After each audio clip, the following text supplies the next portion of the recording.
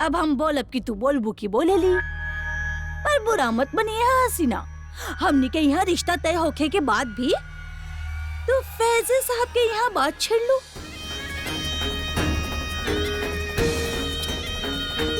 अच्छा ना लागल हमके।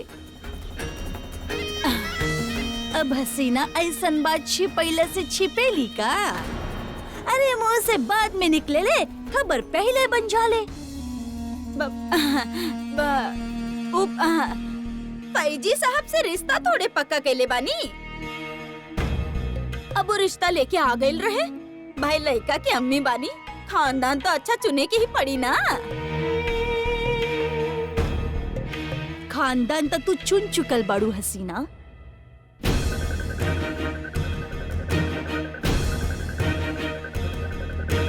अरे तो के जे भी चाहिए हमसे मांगो। अल्लाह के फजल से सब कुछ बा हमनी के पास। औकात से बढ़ के ही देव तहरा के। ये रिश्ता हम तोहरे वजह से कबूल कैले रही रजिया। अच्छा तू ये बताव, गाड़ी कैसन लागल? माशाल्लाह बेहतरीन बा। अब गाड़ी के तनी रंग अलग होखत ना। खैर जायदा, अब हम निखत के कबूल कर लेली तो गाड़ी के रंग के का बात। बस एगो बात बा। अब तू तो हमनी के घर देखले बाड़ू ना, गाड़ी कहाँ पार्क करब? अब पड़ोसी के घर थोड़ी खड़ा करब। ऐसन गाड़ी वाला के पास शानदार घर होके के चाहिए ना। अब जैसे आपके वो एमजी रोड पर प्रोजेक्ट चल रहा बा, का घर बा, रो हाउस। निखत और इमरान जब वहाँ गाड़ी खड़ा करी है तो कितना अच्छा लगी है। हाँ अब खैर हमनी के दे जा अल्लाह देले बड़े, हम ओकरे में खुश बानी। हमनी कबो केहू से कुछ न मांगे। अब जे भी चाहिए बेटा और बहू खातिर चाहिए। जरा हमनी के बात पे गौर फरमाइया रजिया।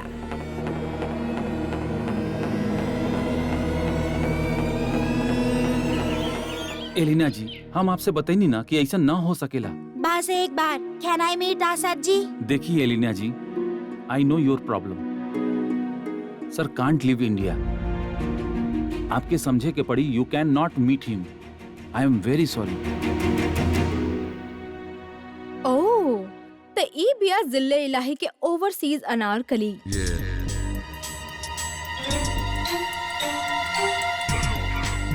या अल्लाह, ई तक कितना लंबी बिया।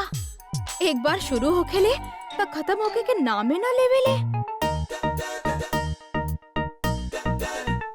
Hey, I'm Zoya. You are Miss Elina? जी हाँ, हमार नाम एलिना बा। वाह, जहाँ पना के प्यार में हमनी के लैंग्वेज भी सीख ले लस। एकरा कहल जाला इश्क वाला लव। का भाई, आप कुछ परेशान लग रहल बानी? Is there any problem? Asad जी, हमार डील तोड़ देलस। आपके दिल तोड़ देले? Not fair. But you don't worry, I can help you. But how? He's even not ready to listen to me. Sweetheart, ये इंडिया बा। यहाँ पे अम्मी ज़्यादा बॉस। अगर बेटा के पटावे के बाना तो सबसे पहले होकर अम्मी के मनावा। Really? Yes, बस आपके ऊ करे के बा जे हम कहब। अपना डील के खातिर I will do anything. Okay, done. Done. I understand Prasad, but हम एलिना के डील एक्सेप्ट ना कर सकेंगे। पर एलिना बा कहाँ? अभी तो एजे रहल। चला अच्छा भाई, वैसे भी हम 3 महीना खातिर इंडिया छोड़ के ना जा सकेंगे।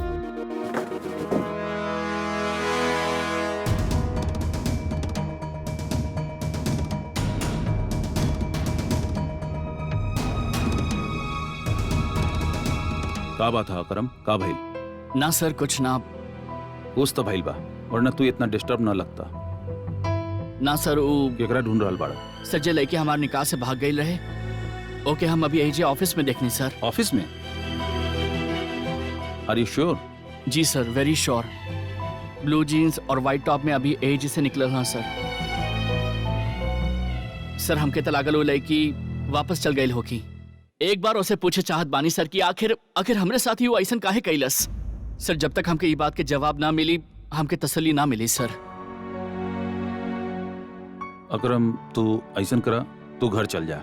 ना रिलैक्स, तू ए हाल में काम ना कर पाइबा। Take a day off. जी सर।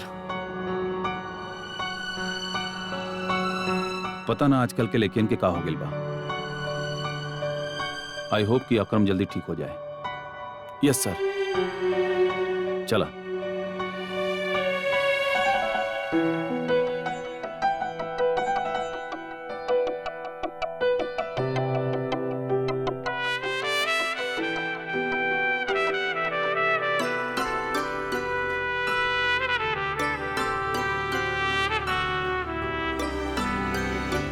कच्चा धागा से खिंचल सरकार चले आवेले।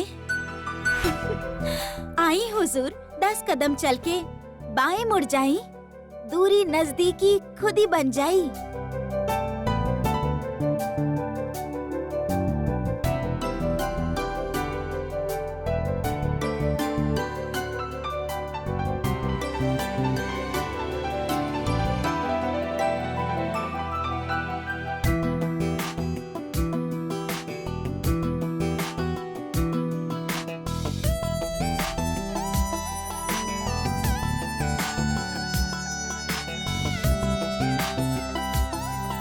हर कदम के आहट पर दिल कहेला वो और नजदीक आ गइलन।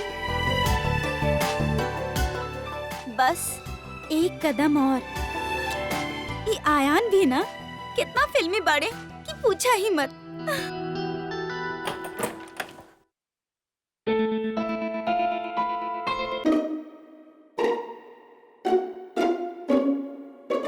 भाईजान, हमके आपसे ये उम्मीद ना रही।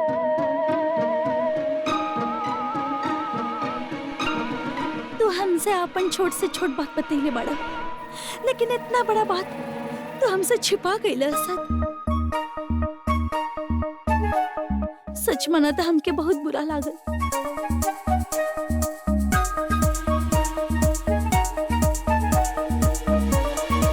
You're welcome.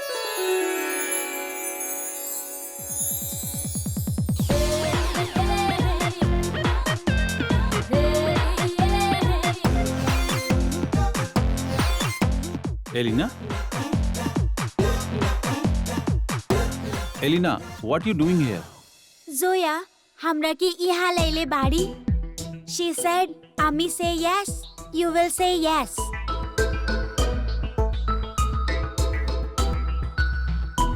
अम्मी ये बात में काहे बोली हैं? तो और के बोली? वो लड़का के अम्मी बाड़ी उनकर हक बनेला। हम तब से देख रहल बानी कि आप एलिना के बारे में बात करे से इतना शर्मा रहल बानी। तो हम सोचनी कि हम आपके काम आसान कर देता नी, यही से हम एलिना के यहाँ ले आईनी। अब एलिना यह चाहत बिया, आप यह चाहत बानी। तो अम्मी से बात करे में हर्ष का बा मिस्टर खान? हम मना कर चुकल बानी। अम्मी की खातिर ना। अब जब अम्मी हाँ कर रहल बाड़ी तो आपके का एतराज बा? अम्मी आप हाँ कहनी? अब एगो माँ खातिर अपन बेटा के खुशी से बढ़ के कुछ हो सकेला का? हमार खुशी? तो और केकर खुशी? देखी हम सब ठीक कर देले बानी। अब आपके रास्ता साफ बा, आप भी हाँ बोल दी ही। पर अल्लाह मियाँ, what's wrong with you mister Khan? एगो लड़का हो के आप इतना शर्मा रहल बानी, का परवर कर रहल बानी? अब ई बेचारी के और मत सताई और आपन दिल एकरा दे दी ही। दिल?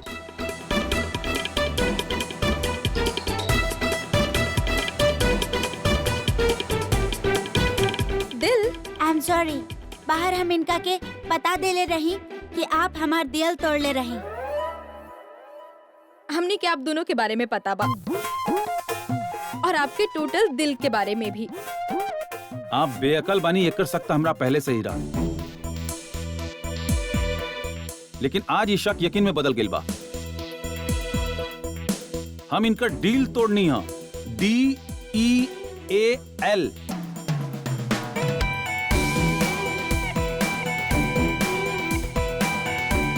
ई बिजनेस डील के बात कर रहल बाड़ी, दिल के बात ना कर रहल बाड़ी। पर आप इनका से कहत रहली फोन पे कि अम्मी यहाँ बाड़ी, नजमा यहाँ बाड़ी, हम इंडिया छोड़ के ना जा सकेंगे। ये डील खातिर हमके 3 महीना खातिर लंदन जाए के पड़त, और हम 3 महीना खातिर अम्मी के छोड़ के लंदन ना जा सकेनी।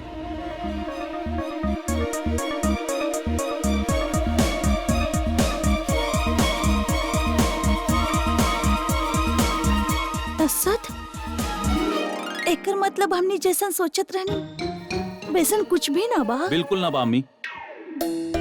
और आप ये छोट से बात के कहां से कहां ले गई नी। आपन ख्याली पुलाव में हमारा अम्मी के भी शामिल कर ले लू।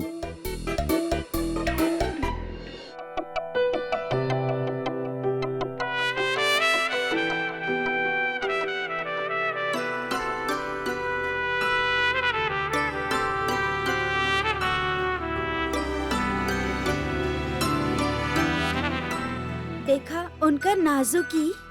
फूलन के दिल के चोट लगल, होश उड़लापन त ऐसे 9800 के नोट लगे।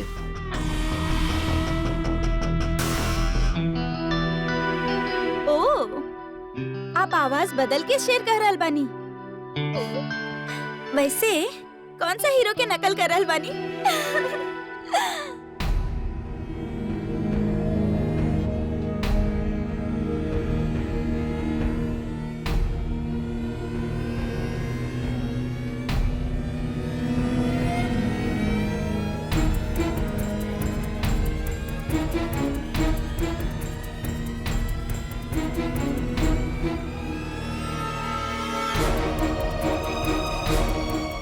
आदाब।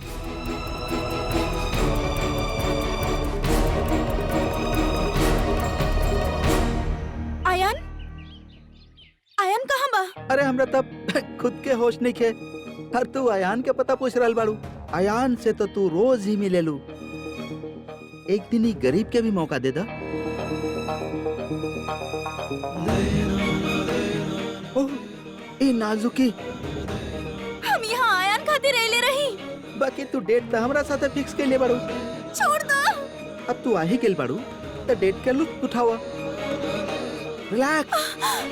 I am extremely sorry for the misunderstanding एलिना, पर कुछ लोग के दूसर के काम में इंटरफेयर करे के आदत होकेला। It's okay Asad, and I must say जोया के तोहार फैमिली के बहुत ख्याल बा।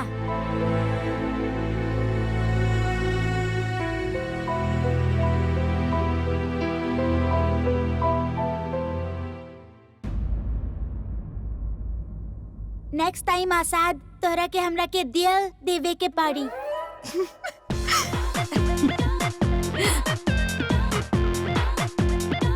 By.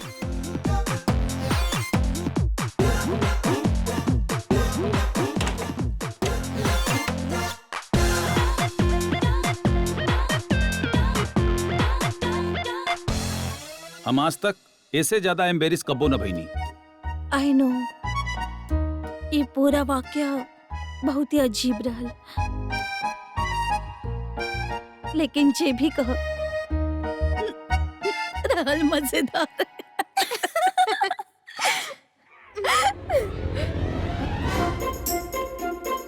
I am sorry फुप्पी, I know हमसे गलती भइल बा, पर हम का करती? हम जहाँ पर आके खुद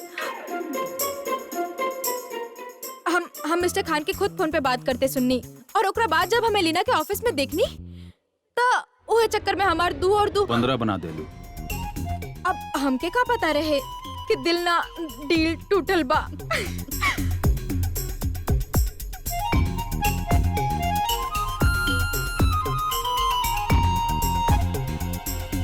जोया ऑफिस गए रहे।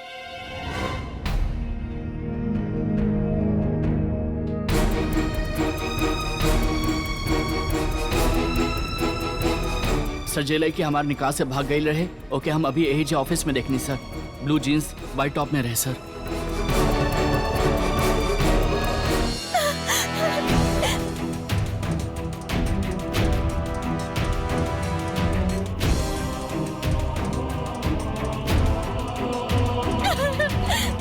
प्लीज हमरा के छोड़ दी, हमरा के जाए दी। खुदा खातिर ही सब कुछ करबू कि खुद खातिर भी कुछ करबू? अब आ ही गइल बाड़ू तो उहे करा जे डेट पर कइल जाला खामोशी से। अयान में ऐसन का बा जे हमरा में नइखे?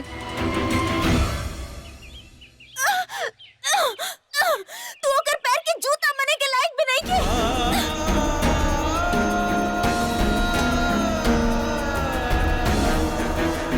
रुक हुमेरा बेगम, कहाँ तक भाग के जेबे तू? वापस तो तोके ऐजे आवे के होके हुमेरा, ऐसे या वैसे।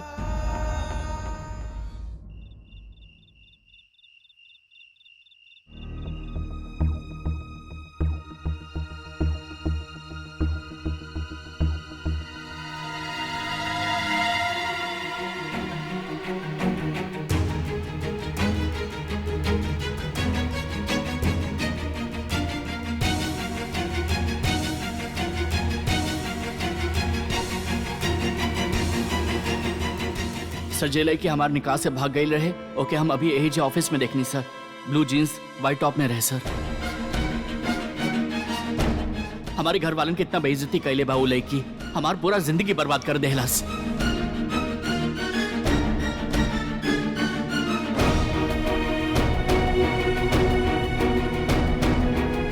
आज निकाह नहीं के हमारे।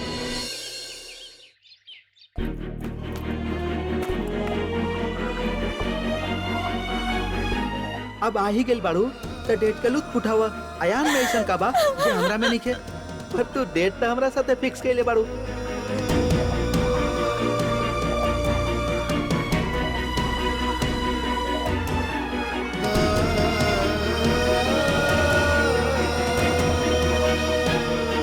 कल सुबह 10 बजे हमरा के मिला, वरना ये तस्वीर तो हर अब्बू के पास पहुंच जाई।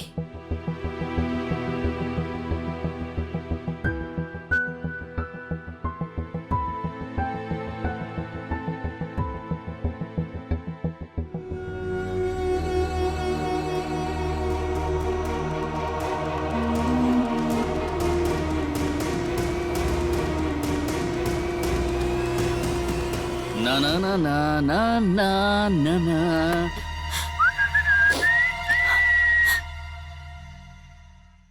हुमेरा, आप इतनी जल्दी कैसे लौट आई नहीं? और निकट तो नजर भी ना आई नहीं। कहीं आपके हमारा याद तना खींच ले आयल?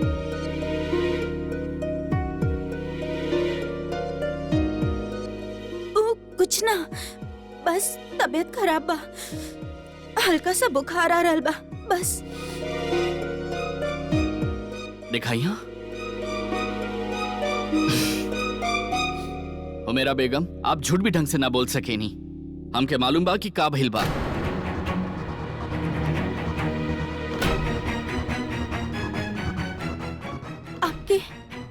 आपके का मालूम बा? ये है कि आप क्लास बंक करे के बहाना से तबीयत खराब के बहाना बोल के घर आ गई नहीं।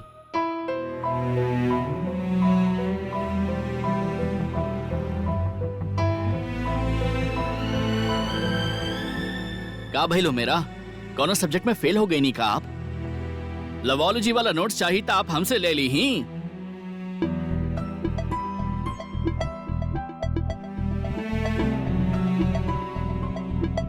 हुमेरा का भइल बा? आयान, आयान, एक सेकेंड।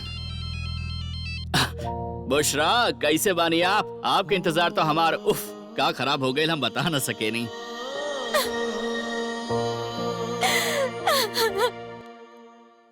जी आपसे एगो बहुत जरूरी बात करे के बा।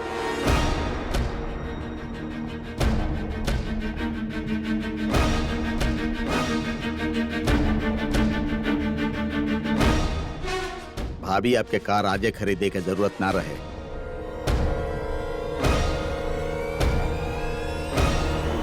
क्योंकि अब आप कार खरीद ले बानी। तबा हैसियत एगो बाप के हमारी फर्ज बनेला कि हम ओकर कीमत अदा करी।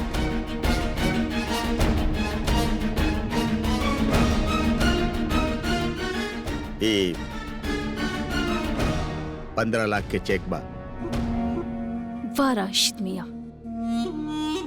अब तो हमके ही बुरा बनावे पे तुलल बड़ा। हम निखत के रिश्ता बचावे खातिर का कुछ ना कईनी। मानतानी की रकम बड़ा बा, पर आपके बेटी के रिश्ता से बड़ा बा का? भाभी सवाल पैसा के नहीं खे, नीयत के बा, हमनी के इज्जत के बा। इमरान अच्छा लड़का बा, निखत भी ओके पसंद करेले और हम तहे दिल से चाहत बानी कि रिश्ता होखे। लेकिन अब लड़की वाला बानी त एकर मतलब ई त नहीं है कि उनकर हर बदतमीजी के बर्दाश्त करी, उनकर हर जायज नाजायज मांग के पूरा करत रही।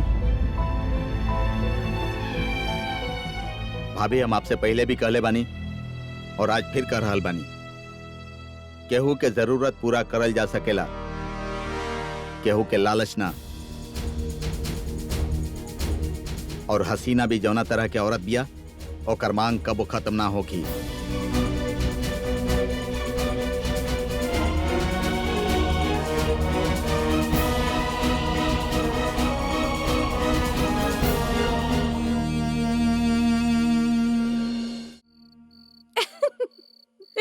Zoya, you are too much. Puppy, हम तो काजी साहब के अपने साथ लावे वाला रहनी। वो तो शुक्र करे कि वो मिल लेना, वरना आज आपके बेटा की निकाह करवा ही देती। आप केहू के निकाह का करेबू? आप तो खुद अपन निकाह से भागल रहलू ना।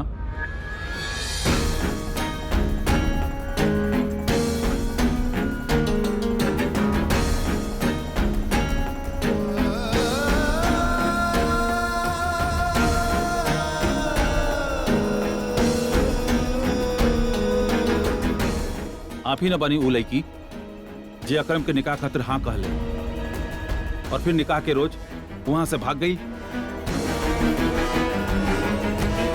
आपके लिए दुनिया में हर एक चीज मजाक है। दूसर के जज्बात, दूसर के इज्जत आपके लिए बिल्कुल इम्पोर्टेंट बा। आप बेवजह हमरा पे इल्जाम लगा रहल बानी। आप एक तरफा कहानी सुन के हमरा बारे में राय कैसे बना सकिनी?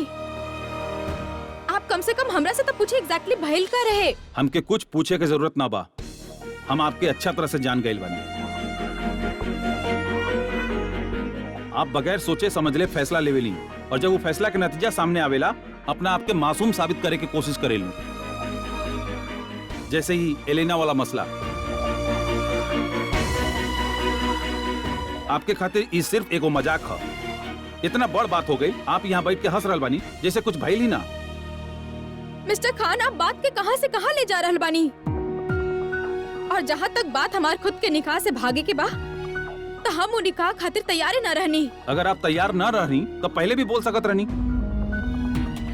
काहे निकाह के रोज केहू के खानदान के इज्जत के तमाशा बनी नहीं आप उनका बारे में एक बार भी न सोचनी कि बेचारा अकरम और ओकर खानदान पे का बीतल होकी।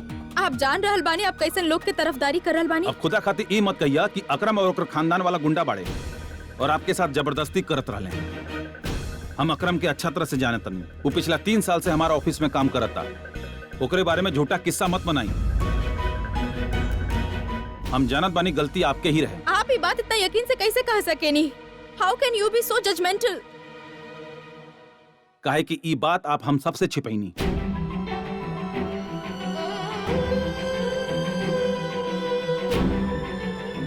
आपके घर वाला आपके यहाँ रहे खाते तो भेज देना, लेकिन आपके हरकत के बारे में बतौला भूल गई ले।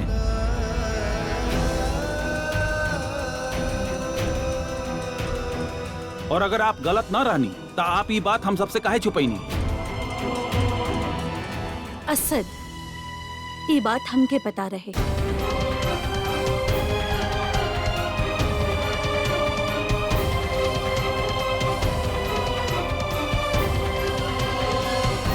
जोया के जीजू हमके सब कुछ बता देले रहा,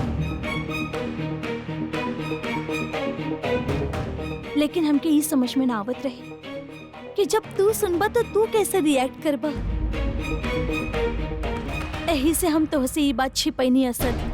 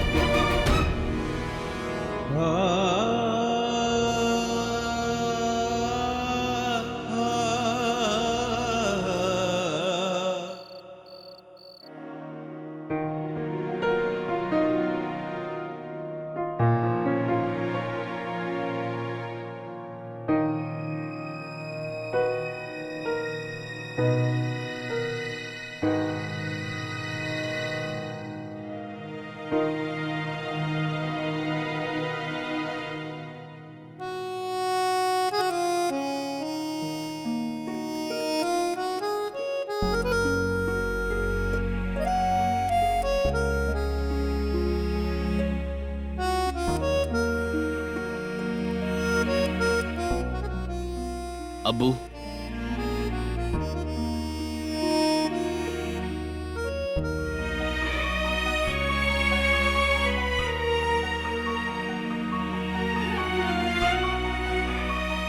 आपके और अम्मी के बीच में का प्रॉब्लम बा हमके ना मालूम, लेकिन का वो सुलझ ना सकेला अब्बू। आप अम्मी से बात काहे ना करेले? वो आपसे बहुत प्यार करेनी अब्बू, और वो आपसे ज्यादा देर नाराज भी ना रह सकेनी। आप उनसे बात करिए अब्बू। कुछ मसाइल कोरा लफ्ज से हल ना होखेला आयान। तो अभी छोट बड़ा ना समझ बा। आपके दिल में का बा ये दूसरा तक पहुंचावे खातिर सिर्फ अल्फाज की जरूरत ना हो खेले, और भी काफी जरिया बा अब्बू। आप फिक्र ना करा, हमके मालूम बा अम्मी के खुश कैसे करे के बा। इस जिम्मेदारी आप हमरा पे छोड़ दी अब्बू।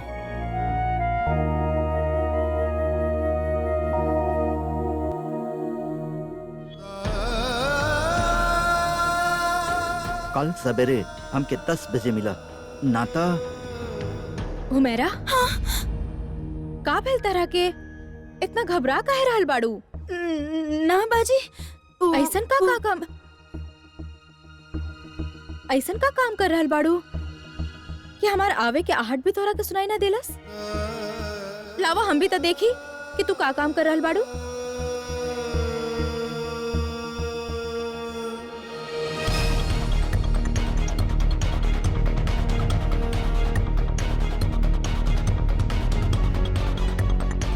हुमेरा, हाँ? तू स्क्रीन सेवर काहे घूर रहल बाड़ू?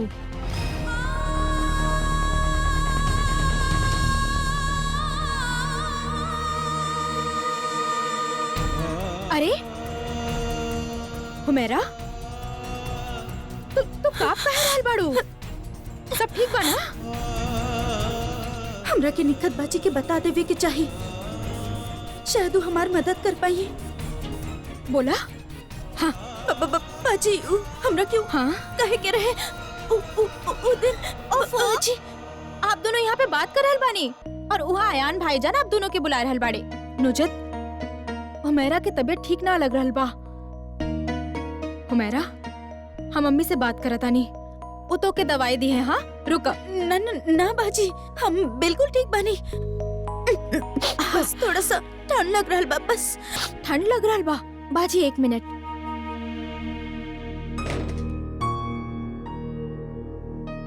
बाजी आप एगो काम करी, ये शॉल ओढ़ लीही। हाँ लावदा, कुछ ना होके हुमेरा, बस।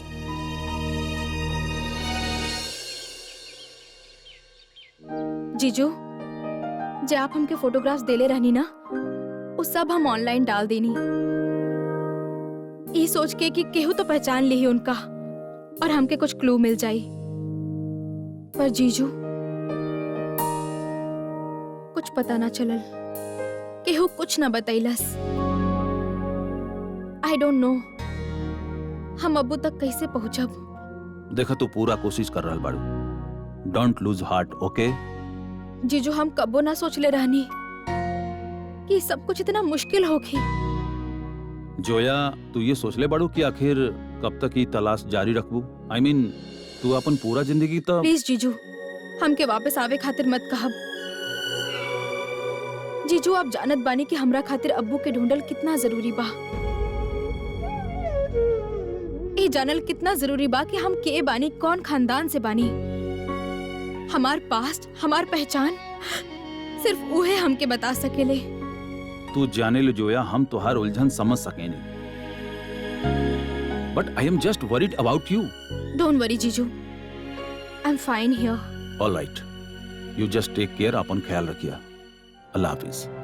अल्लाह हाफिज जीजू। और हाँ, आप ही के हमरा तरफ से थोड़ा सा छेड़ दे और फिर थोड़ा सा डांट सुन ले, ताकि वो हमके ज्यादा मिस ना करे। ओके, बाय। बाय, अल्लाह हाफिज। अब राशिद मियाँ से कुछ कहानी का है ना? कहे कि राशिद जे कह रहल बा वो सही कह रहल बा। तू हमरा से गाड़ी खातिर 15 लाख रुपया मांगलू और हम तुहार बात मान लेनी। आखिर हम भी वादा कैले रहनी और ये हमनी के इज्जत के सवाल बा। रजिया तोहके ऐसा ना लगत बा कि हसीना भी के मांग कुछ बढ़त जा रहल बा? जी, हम यह बात आपसे करे चाहत रहनी। मुझे हमनी के एमजी रोड पे प्रोजेक्ट बना, हसीना के ओमे एगो बंगला चाहिए। का? ई त सरासर गलत बा। अगर ऐसन बा त हमनी काहे हसीना जैसन लालची और बदतमीज औरत के बर्दाश्त कर रहल बानी? लेकिन हम ये रिश्ता टूटे ना दे सकेनी। काहे तू बेअदब औरत के साथे रिश्ता जोड़े पर तुलल बाड़ू? अब समझे की कोशिश तो करी। हम ये सब हुमेरा खातिर कर रहल बानी। हम हुमेरा के ही घर से दूर ना जाए दे सकेनी।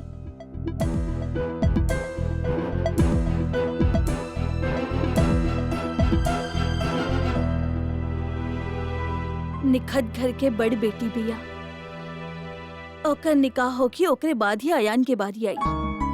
आप भी जाने ले कि निखत के रंग की वजह से पहले ही 2 बार रिश्ता टूट चुकल बा। यही खातिर हम रिश्ता करवा रहल बानी। और अगर हमनी के वजह से निखत के शादी हो जात बा तो राशिद मियाँ अयान खातिर हो मेरा के रिश्ता कब्बो मना ना कर पाई है। राशिद वैसे भी हमार बात ना टाली। वो जाने ला कि वो हमके इनकार ना कर सकेला। हो सकेला आपके बात सही होके, पर दुनिया बा 1000 बात सोच के चले के पड़ेला। अब देखनी ना कैसे हसीना से तंग आके राशिद मियाँ निखत के रिश्ता तोड़े खातिर तैयार हो गई रहे। हमनी के हुमेरा खातिर ही हसीना के हर मांग पूरा करे के पड़ी। और फिर अयान, वो बेहद शरारती बा। कहीं ऐसा ना होके कि केहू और की पसंद कर लेवी। और ऐसे में राशिद और शिरीन तो अपन बेटा के ही साथ दे है ना। और हमनी की बेटी हुमेरा बैठल रह जाई। ऐसन कबो ना होकी। तू जाने लू ना, हम केहू के सामने झुके नी ना। ना ना, हमार कहे के मतलब ये बिल्कुल भी ना रहे। हमने ऐसा होवे ही ना दे। हम सिर्फ ये कहे के चाहतानी कि हमने की जल्दी से जल्दी निखत के रिश्ता तय करे के चाहिए। तबे तो हमने अयान और हुमेरा के बाद आगे ले जा सकेनी। प्रसाद, तू अकरम के वहां भेज दा। जोया से उन्हें मिली, वो वहां पहुंच जाई। I will say to her. Asad, ई का हो रहल बा? जोया अकरम से मिले काहे जाई? अम्मी, जोया जे अकरम के साथ कैलास, ओकरे बाद कम से कम अकरम के इतना हक ना बनेला कि वो ओकरा से पूछे वो ऐसा काहे कैलास। असद, ये उनका जाती मामला बा। हम जाना तानी अम्मी, यही से हम एमे दखल ना देता नहीं। वो खुद आपस में मिलकर मामला सुलझा ली। अम्मी, अकरम हमरा खातिर काम करेला और आप जाने ले कि हमारे सब ऑफिस के लोग हमारे लिए फैमिली की तरह बाड़े। अकरम के खानदान पूरा भोपाल में मजाक बनकर रह गई ले। ऐसे में का जोया के इतना भी फर्ज ना बनेला कि वो जाके कम से कम उसे एक बार माफी मांग ले। असद, ये फैसला तू कैसे ले सकेला कि गलती जोया के रहे? हो सकेला गलती अकरम के होके। जोया की जीजू निहायती शरीफ इंसान बाड़े। जब वो भी मंजूरी देते हैं कि जोया अपन निकाह से भाग जावे, तो एकर मतलब तो यह भइल ना कि निकाह में जरूर कुछ ऐसा हालत बनल होगी कि जोया के पास सिवाय भागे के कोनो चारा ना होगी। राइट? हमारा दिल न मान रहा असद कि हम एक लड़की के ए तरह अकेला भेजी। कहीं मुनासिब होगी अम्मी आप जोया के फिक्र मत करी। अकरम बहुत शरीफ लड़का है। आपके तो अकरम के फिक्र होवे के चाहिए। ई लड़की जहाँ भी जाले कौनो न कौनो गड़बड़ जरूर करेले। ना असद, लेकिन इट्स ओके फूफी। अगर केहू के बिना हमार बात जन ले लगता कि हमार गलती बा, ताइल गो। हम अकरम से जरूर मिलब और ओकरा से बताइब कि हमार निकाह से भागे के असली वजह का रहे। देख जोया, अगर तू अकरम से ना मिले चाहत बाड़ू तो केहू भी तोहके वहाँ ना भेजी। इट्स ओके फूफी। ए मुल्क में सबके ये लागेला कि हमेशा लड़की ही गलत होखेली। अब आपन ऊपर लागल तोहमत के जवाब देवे खातिर जाए के तो पड़े ही। आप प्लीज अपन जाति मामला के मेन वर्सेस वुमेन मत बनाई। निकाह से आप भागले रहलू, अकरम ना। सफाई आपके देवे के पड़ी। फाइन मिस्टर खान, हम अकरम से जरूर मिलब।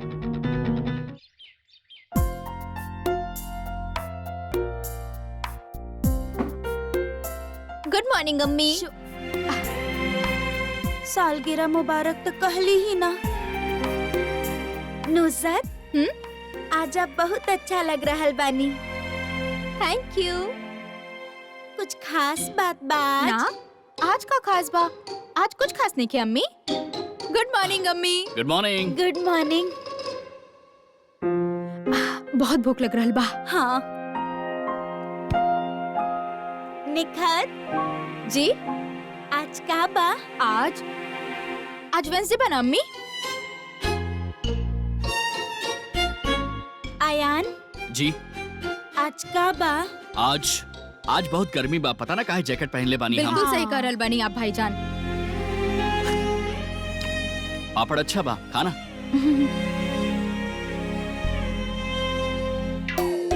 आज शाम के सब तैयारी हो गई बा? हाँ, जिंगो हॉटिस के प्लान ऑन शेड्यूल बा। Very good. अब अम्मी के मुबारकबाद दे दी। वो कितना परेशान बाड़ी। अभी दे देहल जाई त शाम के का करल हाँ, जाई? अम्मी इला खाओ। सब किस्मत के लक बा, एमे का शक बा। आज हमार सालगिरह बा और केहू हमरा के मुबारकबाद तक न देहले। हमार बच्चा तक भूल गईले तो राशिद भला का याद रखी है।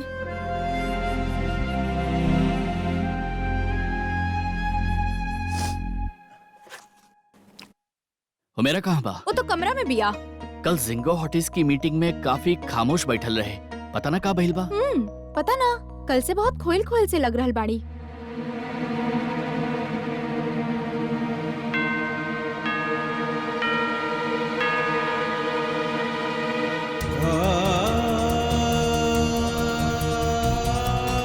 काल सवेरे हमरा 10 बजे मिला नाता।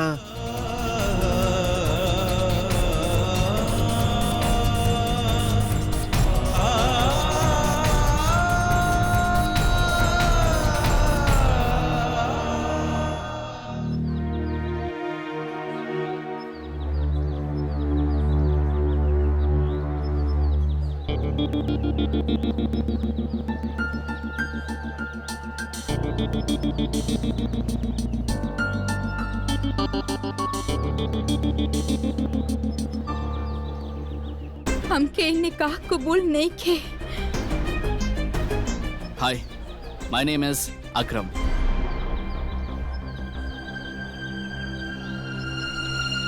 अकरम, हाय जोया। Can we sit and talk? या दुगो कॉफी।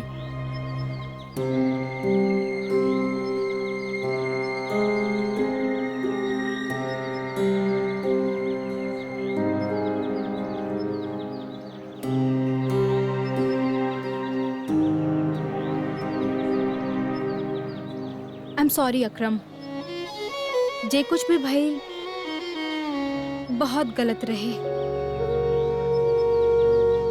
हम ओकरा खातिर दिल से माफी मांग रहल बानी।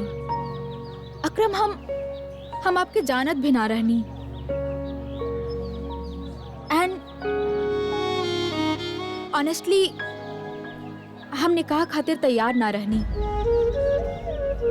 It was all of a sudden, you know. Thank you.